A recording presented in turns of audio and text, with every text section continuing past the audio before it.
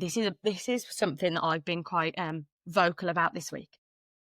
As Yeah. midwives, we kind of are very dedicated to education, like we've spoken about, and correct information as well, making sure the information we provide to women is research-based, up to date, and essentially correct. So I don't know if you saw in the media this week that a well-known figure, quite well-known, on public TV, daytime TV, shared a quote that stated that breastfeeding beyond 6 weeks. 6 months. 6 months, wasn't it? Yeah. That's all right.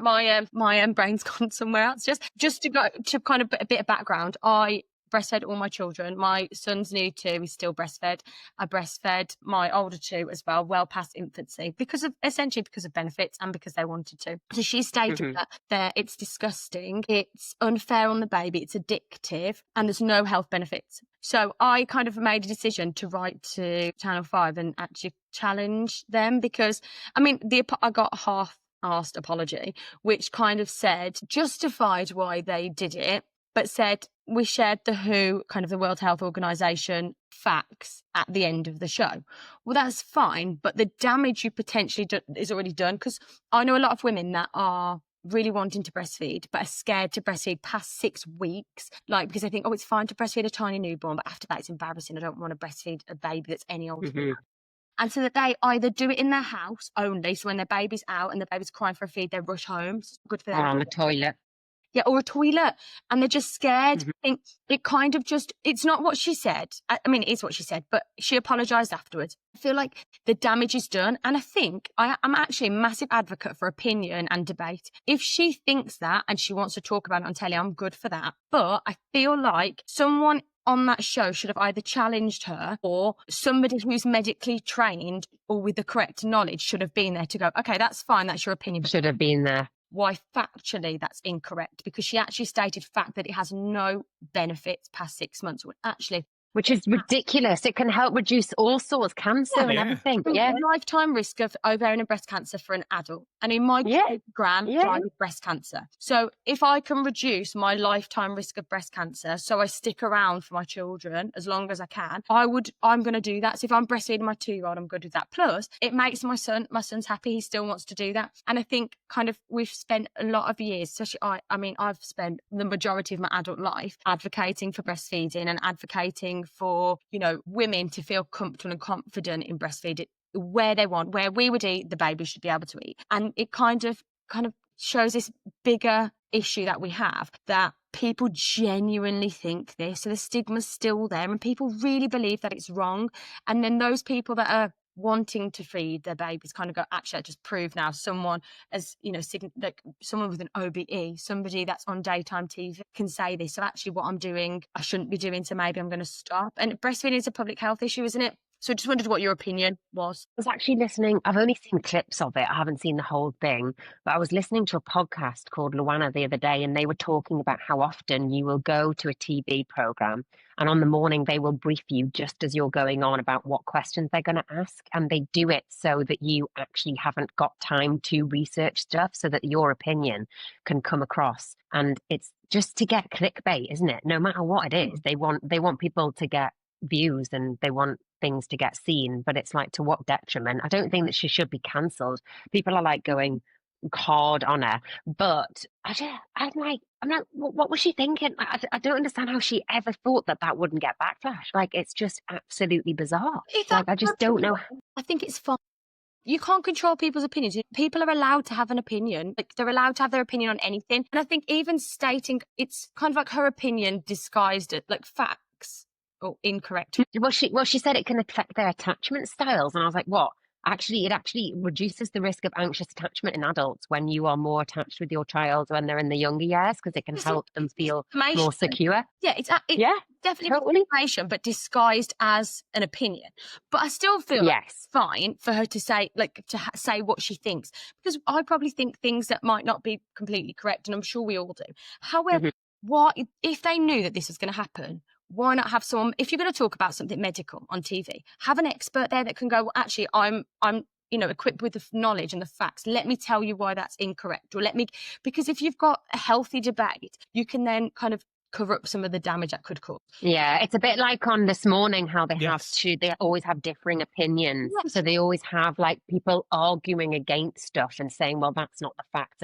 And that's quite good. As you say, it's a healthy debate, but I don't know, maybe she was just set up there. Yeah, maybe, but I'm also disappointed that nobody tried to challenge her. So, like Vanessa Fell said, there were other people there that could have said, maybe that's not quite correct. There's producers in their ear. At that point, somebody should have gone to Vanessa or someone, okay, well, can someone just say that actually it's a fact and state the who fact, tell her what to say? But nothing was done at the time.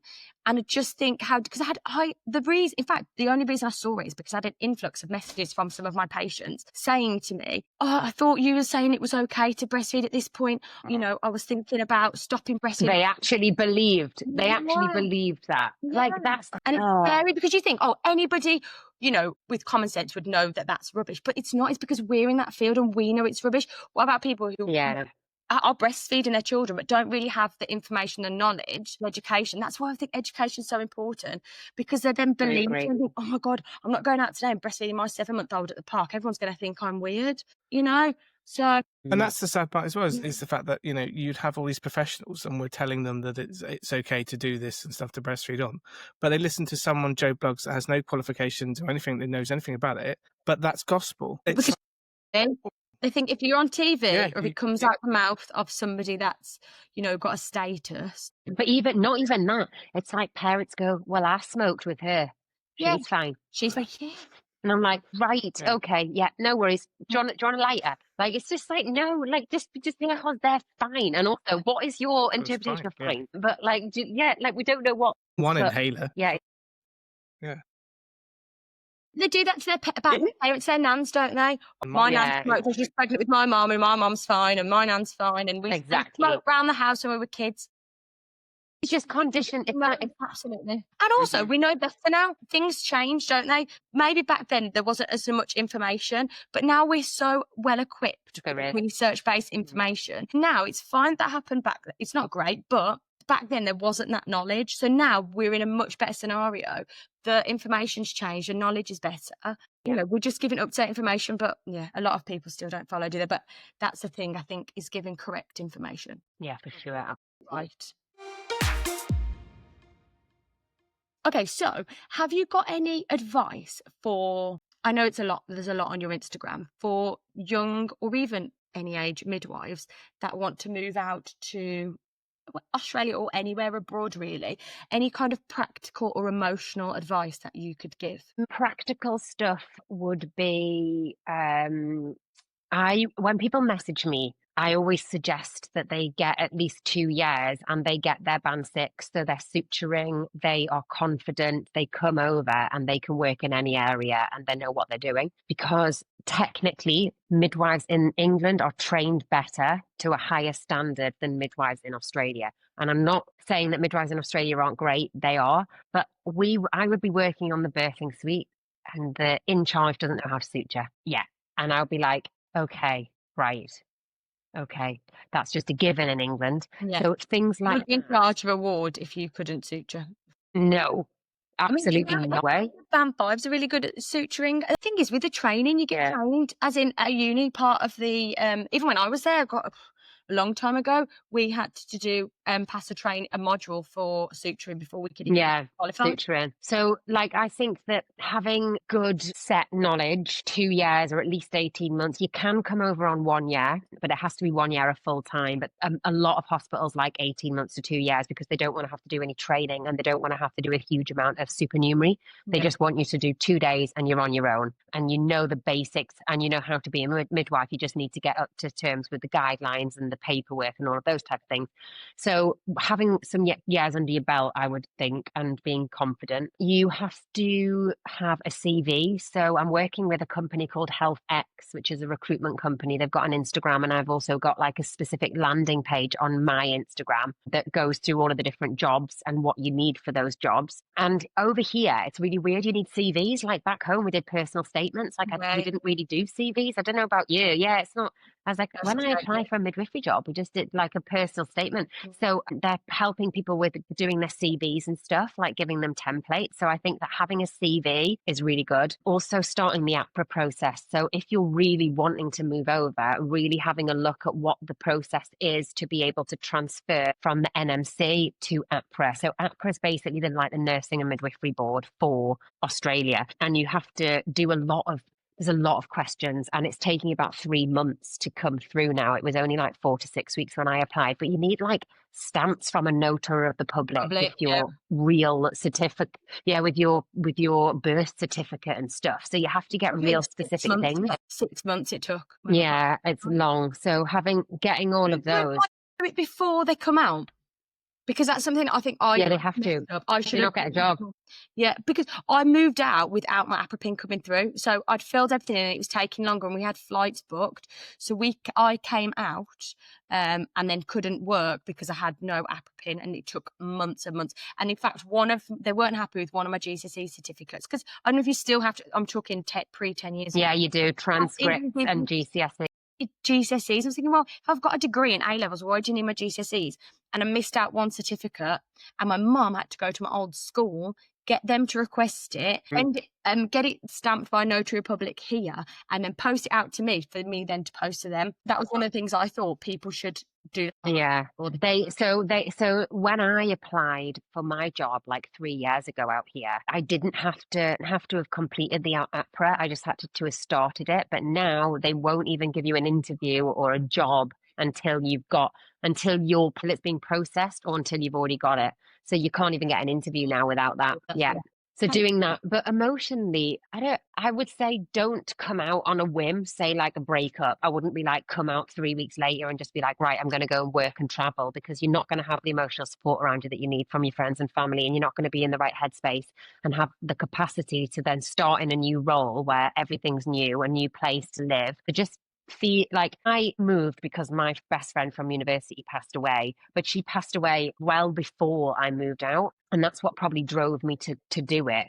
But I would just say, make sure that it's definitely something that you want to do. And also, I don't think that you need a huge amount of support around you if you feel confident in yourself and if you feel like you know that you might come out, and if you don't like it, you can go home. I always say to people, what's the worst that can happen? You come, you hate it, you go back. That's it. But what's the best that can happen? You come, you meet new friends, you have a new life, you actually enjoy work better, you have a better work-life balance, you can travel for a year and work in different places for 4 to 6 weeks, work out which hospitals you like, work out which areas you like, work out which your niche is and what's best for you, and then you can go and get a job that is perfect for you. In England, it's like all the same. Nothing is, all of the cities. Yeah, it's all the same. All the cities are the same. It's all a shit show, and it's all we're absolutely overworked. But like you can go over to New Zealand and do loads of home birth stuff and holistic stuff. You can do that here. You can go in the outback and do that if you want to. There's so many options here, and you can you can try everything and see what works best for you. And I love that. I love that because it's just having that options, isn't it? Key to have options, because I don't think we have options. No, we don't. No. Oh, I remember when I was at work and where I used to work, and they were like, right, we're sending out emails, 5 of you or something have to go on community, and it wasn't even a choice. And it's just like, that is awful. Like, why would anyone want to work here when we're getting forced to go somewhere that we don't want to go? Like, it's just horrible. Is there any kind of like particular kind of birth or experience from your career that's kind of stayed with you? Is there something that's kind of really shaped you as a practitioner or as a person now? Do you know what I've actually had really, in terms of births and in terms of like labours and looking after women, I've had like really good experiences. I actually haven't had that many not nice experiences. And I think even if I have, it's like feeling good for being there for the woman. Like you still get a sense of peace out of doing something, even if it's looking after someone who's had loss or something. But I guess when I first qualified, and this is something that I think probably most newly qualified people get, is like just want to cry every day, like never feeling like you're going to get it. Like it's just relentless, going in every day, busting your ass, 12-hour shifts, not having breaks on time, being absolutely shattered, and then feeling like, oh my God, I've just done 3 years at uni and I know nothing.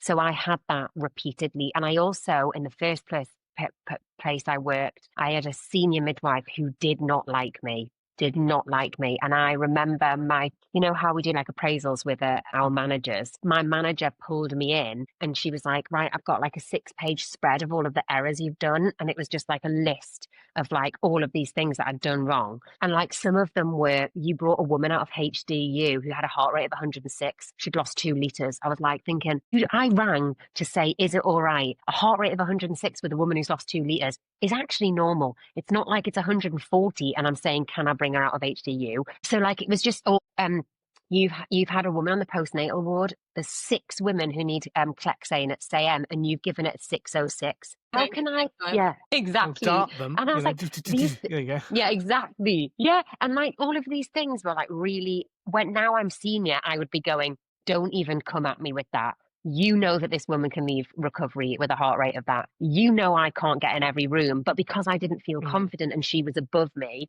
I felt bad. And I was definitely bullied off her. There was looks that she would give me. I felt really awful. I didn't want to go in when she was there. I used to sit out of the office when she was in because I didn't want to exacerbate any issues. And at band 7, you're meant to go to your band 7 who's in charge to be able to say, I need help with this, or what do you think of this? But I couldn't even do that because she would go, you need to brush up on your CTG training. You should go back and do some extra learning because you don't know this very well. And I'd be like, I've literally qualified 2 months ago and I'm coming to ask you a question about CTG I've been looking at. A baby's heart rate for like 10 hours and I just want a bit of advice on something. It shouldn't matter. Newly qualified or you've been qualified for 10 years. Exactly. You should be able to go to one and go, can you just come and double check this for me? Have I done this all right? Because that's what we meant. That's what we are. We're human. Yes. And we're be checking with other midwives. That's just awful. Yeah. And like the thing is if I now went up to her and asked her that question, we would have a debate and a discussion about it. Why? It wouldn't be like, she wouldn't be like and I feel like a lot of the older midwives would leech on the younger midwives and make them feel uncomfortable. And I just really didn't like that. And I remember one time we had like a small break room off the main office and it was like 11 a.m. We were like, there was like 6 of us sat in there just having a cuppa, and I'd been in with my woman since 7 a.m. So I'd been in for hours. She'd just had diamorphine like an hour previous. So she was in and out of sleep. Her partner was in there. Everything was perfect. I came out to get a drink and ate a biscuit and I sat down and she walked in the room with like other people there and she went, have you forgotten what one-to-one care is? Wow. In front of 3 other people who were senior, who all had labourers, and they were in there drinking tea and having biscuits. And she came up to me specifically. Bet they were sitting having tea and biscuits and it was fine. Yeah. It's just And I remember then she pulled me in on one night and she went, really patronising, can you just explain a poor birth to me? And I was like, here we go. And I went, do you know what? You make me feel like shit. I was like, I feel this small around you. You look at me like shit. You talk to me like shit. I don't want to work with you. I don't want to be anywhere near you. I cry before I come into shifts with you. And she went to talk to me and I went, that's enough. Stood up and walked out. And then I was like, oh my God, I've got a whole night shift. And like, she's coming back in the morning. And like, what the hell? And she came back and she went, the next morning, she went, Sydney, can I have a word? And I was like, how much did apologise? oh my God. And she went, I'm really sorry. I've got a resting bitch face. I've been told that and I shouldn't do that anymore. And from then on, hi, Sydney, how are you? How are you going? What are you up to? She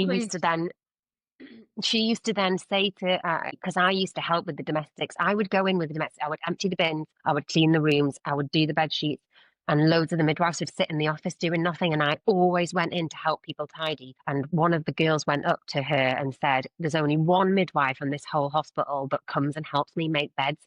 And she went, I know, it's Sydney, isn't it? And she went, and they were like, yes. And then after that, she just was like, she actually does work hard. And she has a laugh and she's a bit daft, but she does work hard. And from that, I actually like her now. And I'm really sad that happened. And hopefully she's not like that anymore. And now she was like, I used to work with that midwife who's on Instagram. She was great, blah, blah, blah. So that's really lovely. But it was just awful at that point for me as a newly qualified to be around that. It was really hard. That would put off a lot of newly qualified qualified midwives, that could even make people leave, because, you know, that culture of crying in your car before you go into a shift is not unheard of, and it's actually really common. And it used to be at the hands of a senior midwife being really cruel. I remember I had it with a midwife where I used to work before as a male midwife. He just was very showy and liked to be the centre of attention all the time, and he'd then prey on either the student midwives or the newly qualified to make himself feel better. So if you have to put someone down, I'll feel better.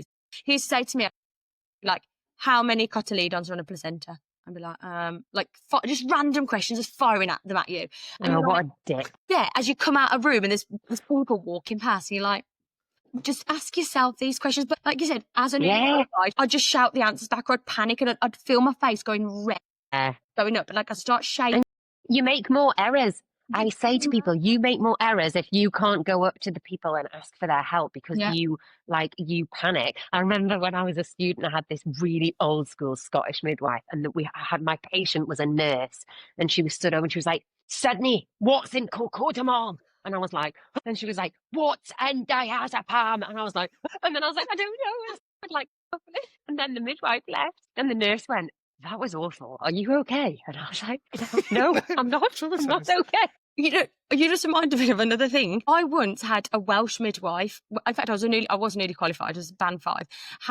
I was working on triage with a Welsh midwife who actually was really nice, but I was a bit scared of her because she was just a bit intimidating. And she spoke to me and asked me to do something, and she was Welsh, really strong accent. And I answered her in a Welsh accent, but I didn't mean to, because she made me really nervous. And then she looked at me and kind of frowned and then walked off. And I was like, no. And the words didn't come out of my mouth. I needed to go, I didn't mean to do that. I'm really sorry. I just got a bit nervous.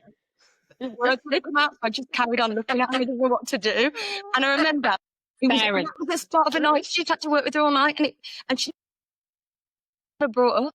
We didn't talk. Oh, God. And it was just really, really uncomfortable. Do you know what? Like, good for you for saying something, because I think that's what it takes. And it's a shame that it has to come with experience. Yeah.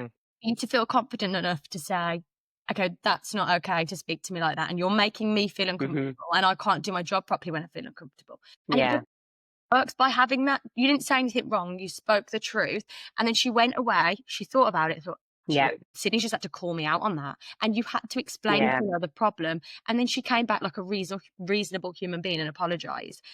Sometimes that's what it takes, but newly qualified midwives, especially young ones, they don't do that for themselves. And that's something, yeah, exactly. And that's something that's been happening that I noticed as a midwife who was like a band 6, and there was a lot of juniors, is we would have juniors. None of them would want to work on delivery suite. They would all be too scared to work on delivery suite. So that meant that their knowledge was lesser than other people. And then also, as a more senior member of staff, say we would have 8 midwives, we'd have 5 that are junior and 3 that are more senior, and all 3 of us are trying to help the 5 juniors, but also have our own patients and manage everything else. So it was like quite a lot, because then the senior staff were leaving because they were like, I'm not paid enough and I'm stressed. And the junior staff were leaving because they're saying, I am not getting enough support, but there's literally not enough of us to support them. And then they're leaving as well. So it is really sad. And something that I do with my students, and that's some of the feedback I get from my students, is like, I love how you explain everything in a normal, easy way. Like when you talk to the women, you explain everything so that they understand it. And then also you explain everything to us, and that makes it easier for me to understand. And I'm like, right, okay, that's good. Because I would never want to make someone feel awkward ever in a scenario with patients or anything like that. And there might be sometimes when you're a bit grumpy and you're like, oh God, I can't be bothered to explain this today. I'm so tired. Like I've just worked 2 12-hour shifts. But it's actually sometimes lovely when there's 2 of you, because you can kind of have a little bit of a step back and let them do a little bit more. So yeah, it's hard. Very. I was too busy listening then to look at what questions are next. I'm really intrigued. Like, oh yeah, I forgot we were meant to be asking you. Is it me next? I was just going to say, it's very similar to that sentence. It's like Professor Snape, isn't it? When he's kind of interrogating Harry Potter and always picking on having those people kind of like victimizing that one person and picking on them in front of the class. And it happens in every. I've been in those situations, just working in general and stuff like that. Not in general practice, but in general hospital and stuff. You know, being kind of like the young people though, isn't it? They get picked on.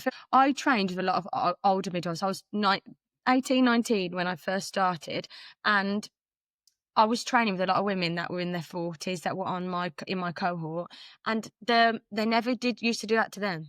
They would never like that. So I don't know what it is about being younger. I don't know if they feel intimidated by the young age or something. Maybe. I remember when I was a student at Sheffield and I was on delivery suite, and I had this woman, and she used to start an hour after everyone else. It was really bizarre. She had a contract where she started at 9 o'clock and we would start at 7:30. Huh? And I used to start at 7:30 to get my hours in. So I would go in with the patient and the midwife who was on the afternoon shift, and then she would come in. Kid you not, she would stand with her back to me, not even say hello. She would stand with her back to me with her bum bag on. You could hear her doof, doof, doof, down the corridor, the bum bag going, and I'd be like, shit, she's coming. She's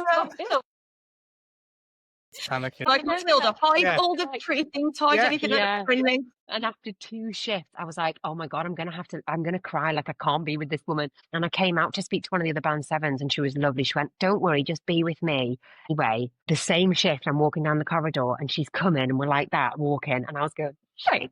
And she just went, you in there. And she put me in the sluice. But And look was at the like, Chokey, in the chokey. and I was just like, what the hell? And she was like, what's going on? Like, I'm awful, like, I'm making you cry. And I said, do you think this is appropriate? Do you think this is normal? I was like, I'm in the toilet masherette with the bloody urine here. Like, I'm literally nearly going down the drain. I was like, this is not okay. Good God. But then she was just like, oh, and then I just walked past her. And then from then she was like, how are you going, Sydney? How are you doing? How's the training going? And another woman who was 42, who was a student, she worked with her for 1 shift and said, I'm not working with that woman again. She's horrific. And then she was banned from working with students because everyone said she was a bully. Honestly, I know. I don't get it. I know. It's bizarre, isn't it? Like, okay, I wish there were stories today. So Martin, you're going to have to do some serious editing. When I was actually a student, I feel like I was braver as a student than I was as a band 5, because I feel like I had a job at that point. Whereas as a student, I felt like I was kind of backed with uni, would have my back a little bit. And I looked after a woman for 2 days in a row. She'd had like emergency section, so on the postnatal ward with twins. The first day I saw her, she was sat up, so about 12 hours post-section, sat up, she had a toddler on her lap, she was eating food, she seemed absolutely fine. The next shift when I went in, she was didn't look right, she was hazy, she was a bit slurry, she was kind of slumped down the bed. Obs were perfectly fine. So I was third year, I went to my midwife, who was my mentor at the time, and said, I feel like she's not all right. I know her obs are fine, but if we're looking at her, she doesn't look fine. So she poked her head in. She went, she's probably just a bit tired. She was still taking like morphine. She's like, I think we need to kind of drop her off that. Maybe it's that. So I said, I'm still not happy. So if you're still not happy, you phone the reg and tell the reg you're not happy and get her a review. So I called the reg. The reg came. The reg said, there's nothing wrong with her. He didn't even touch this woman, by the way. Just put his head in. She said, get her off the morphine. Get her off the morphine. It's Sentinel or whatever, yeah. It off her. So we were like, okay. So they were dealing with the medication, and she just still didn't look right. So I went back out to the midwife and was like, something's wrong. Please trust me, something's wrong. I know. And she was like, oh, what? Did you feel it in your gut? And I was like, listen, I'm just, there's something wrong. So she said, okay, you can call the consultant now, right? Because that's what we would do. Because she asked me, what would we do next? I said, well, we'd go above. We'd go to a consultant. She said, okay, you bleep the consultant, right? On your head be it. As a student, and they were all laughing behind the desk going, go on, just let her do it. She can have the bollocking from him. So called the consultant, and the consultant said to me on the phone, so this is a woman that my registrar's just been down to see. And I said, yes, but I was not happy. I said, okay, and what band are you? And I was like, well, I'm a student midwife. And he laughed out on the phone, right? He said, okay, right, here's what we're going to do. I'm going to come down. I said, I'm just finishing my sandwich, right? When I finish my sandwich, right, which, I don't intend to. What a prick. I don't intend to rush. I'm going to come down and I'm going to have a look, right, at this woman.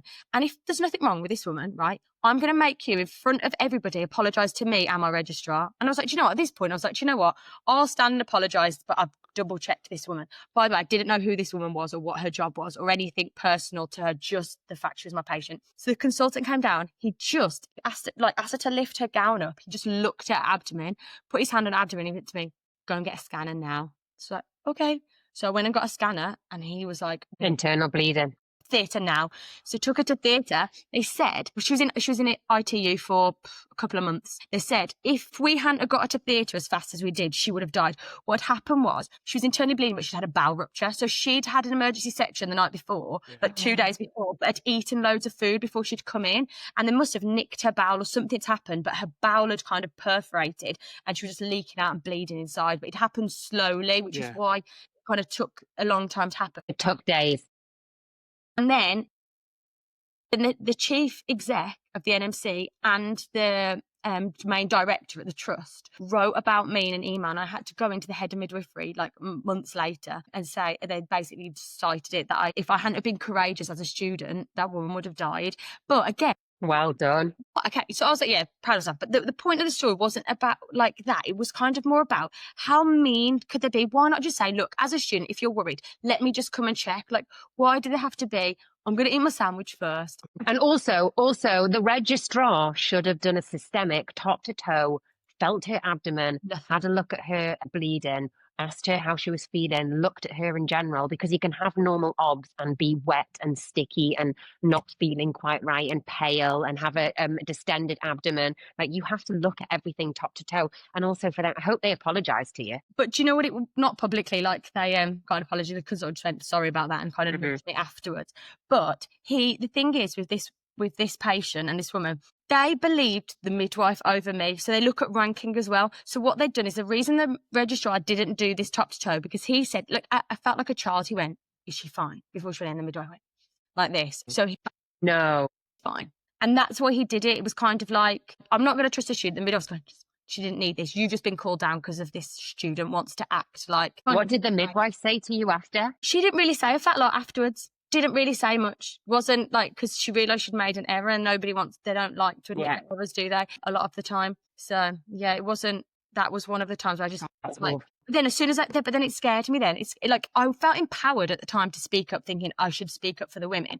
But then once I became qualified, I then became a bit nervous again and a bit like, I don't want them to speak to me like that or them to make me feel silly. It's horrible. But then you kind of, as you get, more experience, it confidence comes, and then you feel like, no, actually I'm going to stand up for this because it's wrong. But yeah, that was one of the only time I was courageous as a student. Well done. I told you I waffle on and I've kind of get lost.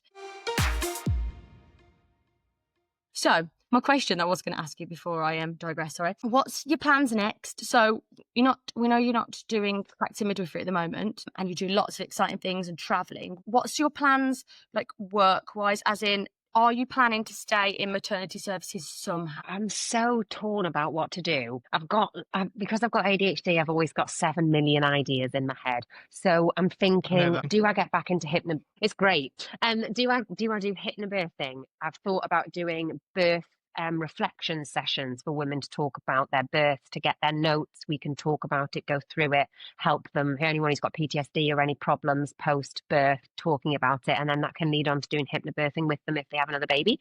I've also thought about re-recording, because I do have a website that's not live anymore, where I actually have all of, I wrote my own hypnobirthing program, and I actually videoed myself doing all of it in 8 small sessions, snippets, so that it's not overwhelming.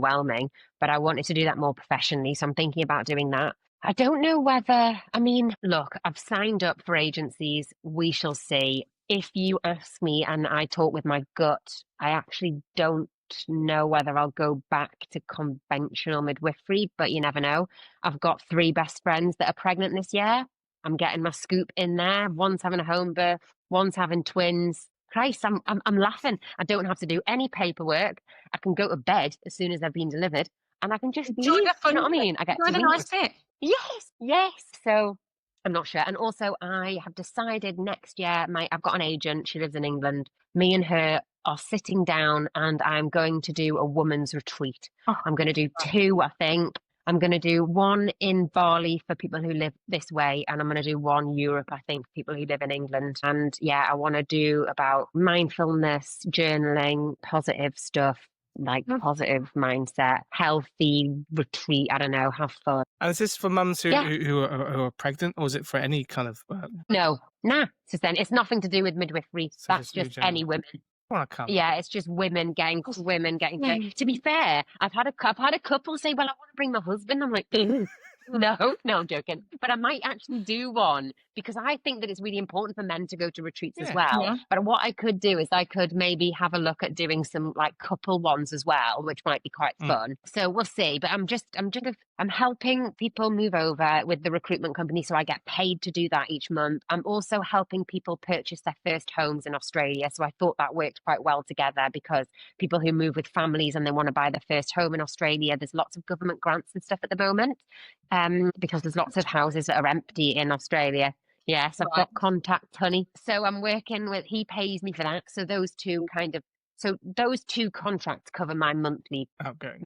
So You could do a job that you get paid. Like, I know we, as midwives, we love midwifery. We're passionate about being a midwife. yeah, But if you could do something that's helping people and you get paid without the stress that comes with the job, and you could just keep your thinking somewhere, whether that is, yeah, you know, with your friends or doing something else not connected to the services that you work yeah. for, how amazing is that? You can still help I women know. in a different capacity, but not have the stress Yeah. and pressure that comes with working for a trust.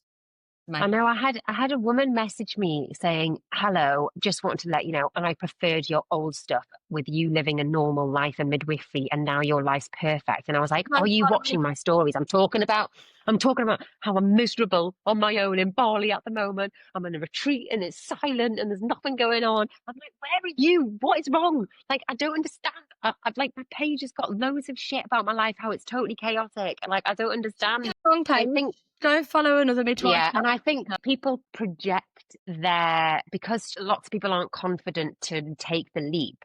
I think some people then project that onto others who do, which is me. Like, I'll go out there and I'll just go, I need to try it because I would rather try it than not try it. Yeah, but honestly, I very rarely get bad, like not very nice messages. I've only ever had a few, like I really, all of my, and if ever I have a comment that's like, one was like, "You were fit until you opened your effing mouth." And then I just had like loads of people just stick up for me. It's great. You're a dick. Get bothered by the comments. I was going to ask that as well.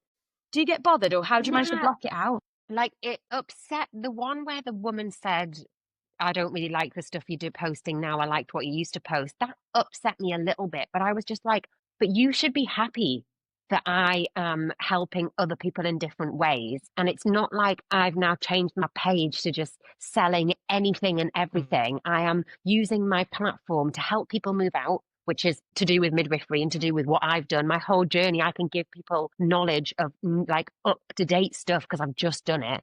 And I'm also helping people purchase homes who will move out here and need a home. And I'm talking once about makeup a month. I said I do 3 paid ads a month. I do 3 paid ads. And anything that I do that's hotels, I don't get paid from them. I just ask them for a discount code for you because I'm already going there and I know I'm going to post about it. So I say, "Can I have a discount code?" And I'll give it to my audience. Like, yeah, I'm like, it's not like I'm hammering home loads of sales stuff. Why is your personal choice here? Why is your like lifestyle so personal to someone else? Like, it's like she took it personally that you know what I mean? Yeah. Yeah, for what you're saying to do and stuff like that, you know, Yeah. because that's the struggle I have. Because obviously, I'm pretty much on social media and stuff like talking about a recent petition around nursing associates and kind of highlighting their kind of role and stuff like that, and kind of getting it a bit more out there. And I've been having quite some negative comments from other professionals, from doctors, from nurses as well. And yeah, it's been horrendous. I've actually had to kind of come off some platforms just to protect my own mental health. So that's why I really wanted to know how you have kind of been able to protect yourself around stuff. So pretty much saying that. What type of thing? So with the nursing associate role, you know, it's a new role. It's there to kind of help support nurses, and it can be used in many different areas of healthcare. And one of them we are going to explore is midwifery. So I've got some guests coming on from the NMC and all sorts to talk about it. But it's just about trying to relieve some of that pressure off. So I won't look after high risk patients. It'd be low key patients, you know, pretty much the kind of the bread and butter. But anything, so that at least allows the pressure for the nurses to look after the high independent patients that they still have on their books. But I'm getting comments from nurses and doctors saying, you know, how nursing associates are just going to kill patients. We're there to replace nurses and cheap labor and all this kind of stuff. And what I'm doing is pretty much hurting the nursing associate profession. I need to stop doing it, stop protesting. You specifically. There was one comment about how I'm putting onto the burning fire of nursing associates, and it's all your fault now, and you need to stop this. No, that's people who are worried about their jobs, and also people who are worried about the fact that you will make them realize that they don't do enough work. And actually, it's not because they're overworked or whatever. It's because they can't be bothered to do lots of stuff. I remember going to visit my nana, and I walked into the ward, and 4 buzzers in her bay of 6 were going off, and all of the nurses were sat at the station. Not one of them got up. So I went and made them cups of tea. I passed the buzzer over. I give them a cardigan. I was talking to them, and I was like, sorry, do nurses not answer buzzers now? Is it only healthcare assistants? Is that where we are? There's no like team play. And why on earth would anyone not be happy about you going in to help relieve pressure from them so they can do the higher ranking stuff that you potentially couldn't do? I don't understand that at all. I feel like that sentence that you just said has unlocked the key to all areas of the NHS. If that could happen in every single area, I feel like that will solve the problem across the board. Nursing associates everywhere. That is the key. If someone or something can come in and alleviate the mundane pressures, and then not even the mundane pressures, but the pressures that no one but the qualified nurses or doctors or midwives can do, then what happens is it frees them up to just focus on those points, and then the patient gets that all-round care, gets everything. Holistic. That key to solving the NHS's crisis. Literally the key. I think that when you get messages like that, Martin, like there's some people you can't change their mind, so I would just delete the comment. If anything is negative, like thing like you were fit until you opened your effing mouth, obviously I'm going to delete that, because why is that helpful at all? Like that's just not helpful. So anything that is not, anything that's not a healthy debate, I would just delete, because I just block them. I literally block them immediately. Also, what you can do is when you do ever message some of them back, it's just saying, just be like, all I'm doing here is raising awareness, and I'm trying to help the population have better care. Yeah, that's what I tend to go back with type thing. Yeah, exactly. So that's the best thing. Don't a lot of these people will be unhappy in their jobs and worried that they're going to lose their jobs, or they're worried around something to do with themselves. It's all to do with how they feel, and they're projecting their worries onto you. And people are unhappy in their jobs, and they will see that online and they'll think, yes, I can take it out on someone, because I can't take it out on Sandra who did my head in today at work. I'm going to just go online anonymously and take it out on you. So don't let that get to you. You just got to delete that and move on. It's not nice at all. And like what you're doing is lovely. So just don't listen to people like that. It's just small-minded people, honestly. You're going to make me cry. Right, let's move on to the next question. Martin, I know that you're making a big change and you're helping a lot of people. Yeah. And what you're doing is really constructive. So block out the noise for sure. Thank you. So this is my last question. So, and it's probably a bit of a question towards what I'm doing. So with the rise of digital health tools now, especially like across the whole board of the NHS, I just wondered where you think the use of AI would fit in maternity services. And I'm quite cautious with saying that, because I mean AI supporting human resources and human care, not replacing it, just kind of working hand in hand to support it. So a little bit like what you just said, in the fact that Martin's role as a nursing associate can go in and support the certain parts of the nursing role, so that it frees the nurses up to do other things. And that's something that, you know, my company is looking at the minute, using AI and human midwives on a digital platform to take away some of the pressures of the midwives, that being education, that being certain support that we can do online, so that the midwives don't have to keep taking all those calls and, you know, the backlog of questions, so they can do the job that they need to be hands-on to do. My question essentially is, do you see a place, like a space for that in the maternity services, or do you think maybe a bit far out at the minute still? I mean, I do, in terms of collating information. Like, if you know the right answer, the right questions to ask to be able to get the correct information and the most up-to-date information to be able to put out to the wider people, as in training, as in leaflets on walls, as in all of those type of things. But if it comes to triaging and having a conversation where you're having to really be, what's the word? like the person you are talking on the end of the phone is a person, and you are giving them personable experiences of how you feel in certain situations. I think that will be challenging. But in terms of like, I've worked in hospitals that are all paper based, and I've worked in hospitals that are electronic on iPads and all of those things. So I'm happy for change, but it just it be slowly, because people who have worked in midwifery or in nursing or whatever for a long period of time, it takes them a long time to accept change. And that's something that you're doing, Martin, within this role, and what, like, within your job, is like people aren't open to change. We're like really conditioned how we think is normal, and that's actually quite dangerous sometimes. And like what you did with the, I guess, challenging the midwife and the consultants in that discussion that you had around that lady who was bleeding, is actually sometimes the newly qualified people have better information and more up-to-date statistics and knowledge coming in, that we need to be more like, oh really, I didn't know that was a thing. No way, that's not how we did it. Like that, how can I use that in my own practice? So I guess that AI could probably come in somewhere to help with things, especially when it comes to like putting notes together and collating stuff and things like that, which would work well. But it is scary, isn't it? It's just a bit of a scary domain. I was really, really scared at first when I had a business idea and I put it to my business partners, and they kind of wanted to incorporate AI into my business. And I was I was like, no, absolutely not. No way. Midwifery it's human, it's personable, has to be authentic, has to be empathetic, it has to be that human touch, that human contact. Into midwifery. However, it's took a lot of meetings and a lot of conversations and well over a year of working on something. And I kind of found there's a place, and the place is somewhere that's also backed by midwives, as in there are actual midwives there to jump on when needs be.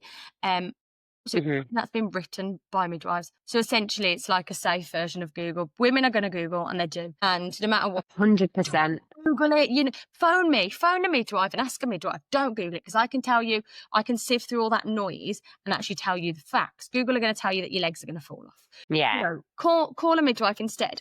However, how can one person, or even 5, 10, 15 people who have this same view, help that many women? And especially when NHS midwives are so kind of stretch really. Yeah. As a community midwife, I remember finishing a day and having 30 plus voicemails, and I'm like, how can I now go home and do my notes and call all these 30 women back? And my voicemail used to say, any urgent inquiries, please contact triage. If it's a non-urgent inquiry, please leave a voice message. I'll get back to you when I can. But how am I getting back to all these women? And then tomorrow, you think, I'll call them tomorrow. But tomorrow, I've got another 12 visits. I've got a clinic, and then I've got my notes to take from that. And then my 30 messages are now 60 messages. So it's like, how do we take that pressure off the midwives? By obviously having private services, but how do we do something that's not that expensive? Because to book a private consultation with a midwife, it's not for everyone.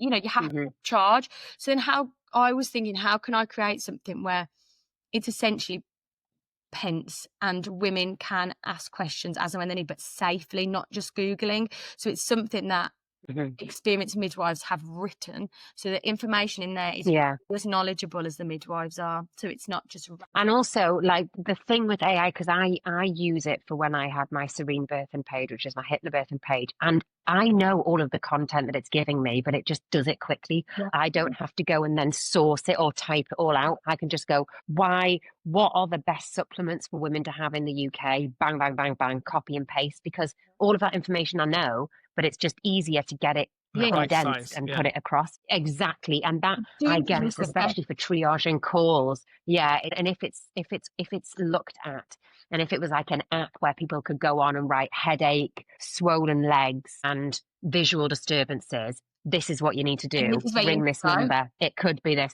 Yes. That would be really, really helpful for sure. That is pretty much exactly what we've created. What you're doing. Yeah, I mean, there's a lot of stuff on there as well, but we are set to launch at the end of next week, and it's that's so exciting. Really, really long time. There's lots of other really like useful things that women need on there from from conception right through to 6 weeks postnatal and birth included, but things that you kind of want a midwife for, or you need the support or information for, but you don't necessarily need to make a call to triage yet, or you don't need to go into hospital yet, but it can signpost you in the right places. And you can, you know, select to speak to a midwife as well if you want. That someone will be on real-time tap. You can just click speak to a midwife and you can. So there's lots of resources on there. It's just, again, a bit like Martin, a bit like you, we started putting some bits of information out there, and there was nothing but negativity really coming back from midwives saying, you know, a bit like my opinion in the beginning, because people are scared. There is not a place for AI. But, you know, like I said, it took me a long time to go, actually, no, well, if you yeah, and if you can go into hospitals and say, well, imagine you are on triage, and instead of having 25 calls an hour, you only have 5. And it's only the ones that actually need to be because calling you as well. Yeah, because women have gone on here first as a first step, and then we have told them exactly what to do based on the guidelines, and then they have called you at the correct time. Like, I think that it's how you approach it. You need to make them emotionally invested to the fact that they're going to have to do less. So then they're like, get in. I can have my tea and biscuits now. Then the women get more time as well, don't they? The thing is, I wanted to create something that wasn't only helpful for women, because women and families, there's information there for dads, partners, you know, there's family information on there. It's kind of like looking at women as a whole, as a family. So it supports the women and the family, but then it also supports midwives as well, because that's absolutely. That's where there's a massive gap, I think, between the private sector and the NHS in the UK. Where do the middle ground go? Where do the people who need to speak to a midwife go, who can't get hold of their community midwife? It's not urgent to phone triage or the hospital, but they can't afford a private midwife consultation for hundreds of pounds. Where's the middle ground? And also, Google's going to give you things in America from the whole of the world. It's not going to give you specifics. And if you can go on something specific, like, that's amazing. Trusted and brilliant. And I've written. So, I mean, that's amazing. Well done. Yeah, it took a long time and a lot of stress. I think I've aged 10 years. Honestly, I never had forehead wrinkles, and I started this. I'm like, need some tape, need some forehead tape. It's going to be brilliant, you know. And I look forward to. I said we're going to do a very special episode when that comes out as well, so you'll be able to kind of show us how it all works and stuff like that, and it's going to be brilliant. So, Sydney, I'm going to wrap things up now, because I said we've spent a lot of your dinner time, well, tea time. We don't get out there in Australia. So for me, it's something completely different. We don't, from what we've been talking about. So we have our own kind of just a sharp scratch playlist, which we kind of get our guests to give us a song to help add to it, to kind of get the people on their shifts to boogie away before starting, to motivate them if they're on their 5th long day, or kind of at the 100th delivery to celebrate. So what song can we put on there for you? Do you know what? I've got one. And then when you said that, I thought of another one. But anyway, they're both class, so you can decide. So Unwritten by Natasha Bedingfield, because, God, it's just a bloody classic. But then I was thinking, gotta get through this, Daniel Bedingfield, because sometimes you just need to say to yourself on the morning, come on, you've got it, you've got it. Well, I think that's brilliant, and because you obviously spent a lot of your time with us, and you had to spend your evening rest. I will put both of them on there for you. Yeah, we beat our record, Martin, as well. You know, the last one we did, we said, like, we've kind of maxed out this podcast. Look at the time. I know. I think we broke the record by at least 10-15 minutes. So to let you know, this will be the 2-part special. 2-part special. Look at that! You've made it into the 2-part special group. I told you. They're like, God, I can just talk for hours and just chat loads. So, Sydney, thank you ever so much. It's been great to have you on our guest. Thank you. Thank you, Sydney. Yay, bye. Thanks so much.